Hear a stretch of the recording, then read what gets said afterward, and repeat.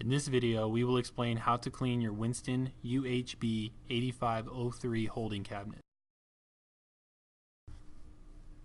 You will require the following tools to perform this installation. Before beginning, be sure to unplug the unit from its power source.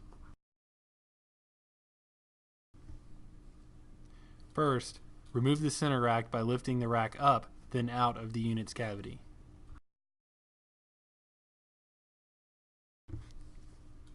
Next, detach the left side flue by pulling the assembly towards yourself. Remove the right side flue by pushing the flue towards the back of the unit, then lifting the flue out of the unit. Take all three pieces to the sink. Clean the center rack thoroughly with a brush. Be sure to get inside each crevice to remove any food or grease particles that may have built up during the day. Set the rack to the side to dry overnight.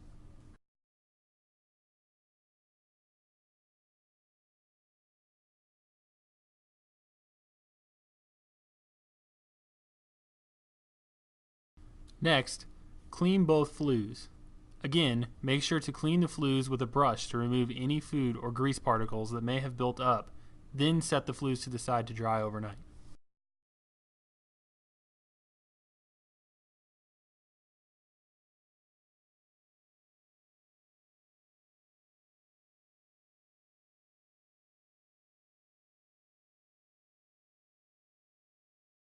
Moving back to the unit, drain the remaining water from the evaporator pan.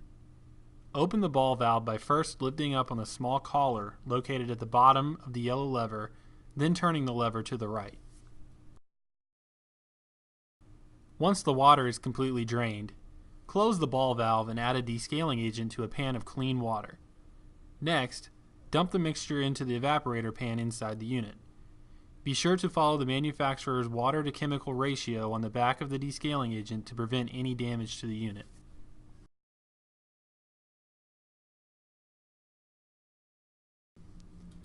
Using a brush and the water mixture inside the evaporator pan, scrub the interior of the unit. Be sure to clean behind the two heating elements on the left and right hand side of the unit to prevent rusting. You will also need to clean the temperature probe and the float located inside the evaporator pan. To clean the float, lift up on the silver ball and clean the platform the ball is resting on.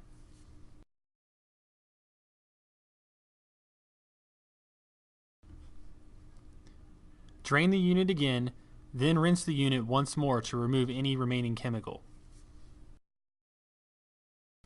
Using a clean towel, quickly dry the interior of the unit. Leave the door open overnight to prevent damage to the gasket and to keep the unit from rusting.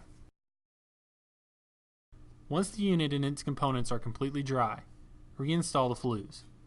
With the long end sticking out towards the front of the cabinet, line up the pegs on the inside of the unit with the holes in the flue assembly.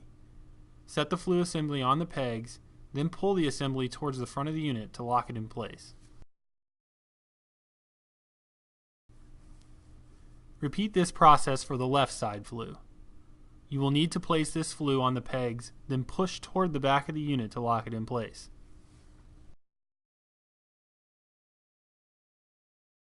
Finally, ensure the center rack is oriented correctly, then slide it into the unit. The tabs on the sides of the rack should line up with the small holes on the bottom and top rails of the flue.